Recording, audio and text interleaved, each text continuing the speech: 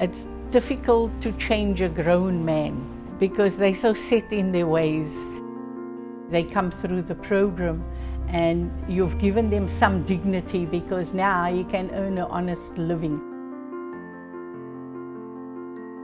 His family life changes, his circumstances changes, his environment changes, and so does his community change.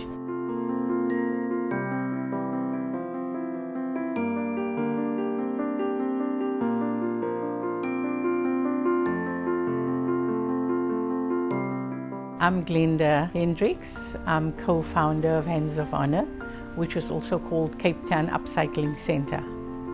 We upcycle goods and people.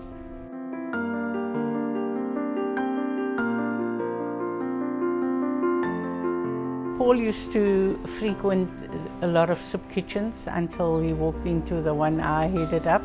He decided enough is enough and changed his life around. He came to help us, and one day I looked over the crowd of the 150 men, and I looked to Paul and I said to him, is there anything you can do about these men? And he looked at me and he's thinking, probably I'm down and out myself, what do you expect me to do with them?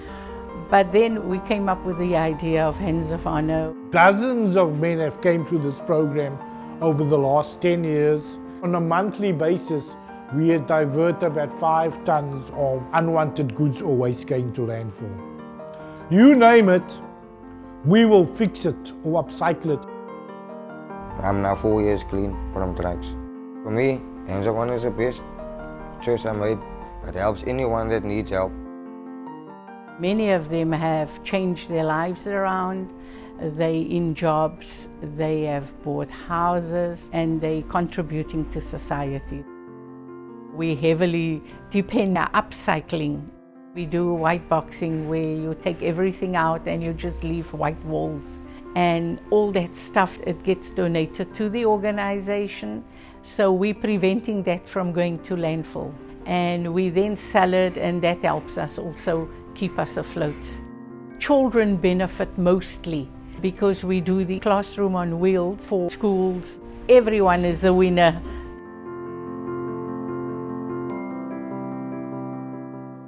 The support from Pollination Project, it's important because it gives smaller organizations an opportunity to grow. It makes them believe in what they're doing is good, and something will come out of it.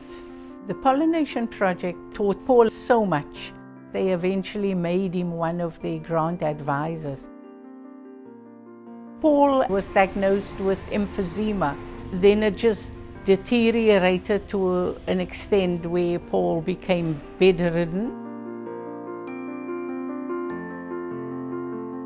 I got the news that Paul had died. I didn't know. The commitments he had made to schools, Glenda stepped up to the plate and she was prepared to honor that commitment. Paul was a hard-working, no-nonsense person, and he's put his whole life into Hands of Honor. By carrying on the good work, you keep that legacy alive. I've been in the background for the last 12 years, but now I had to take the role of Paul, which is so difficult. He had a way of telling his story. I have now taken that role, and I hope I'll be able to do a good job of it. Paul is here. The seed that he sowed is going on. Having been alongside him through this journey, I know the blood, sweat and tears that Paul has put into it, and that is what really motivates me to make a change and to bring change into others' lives.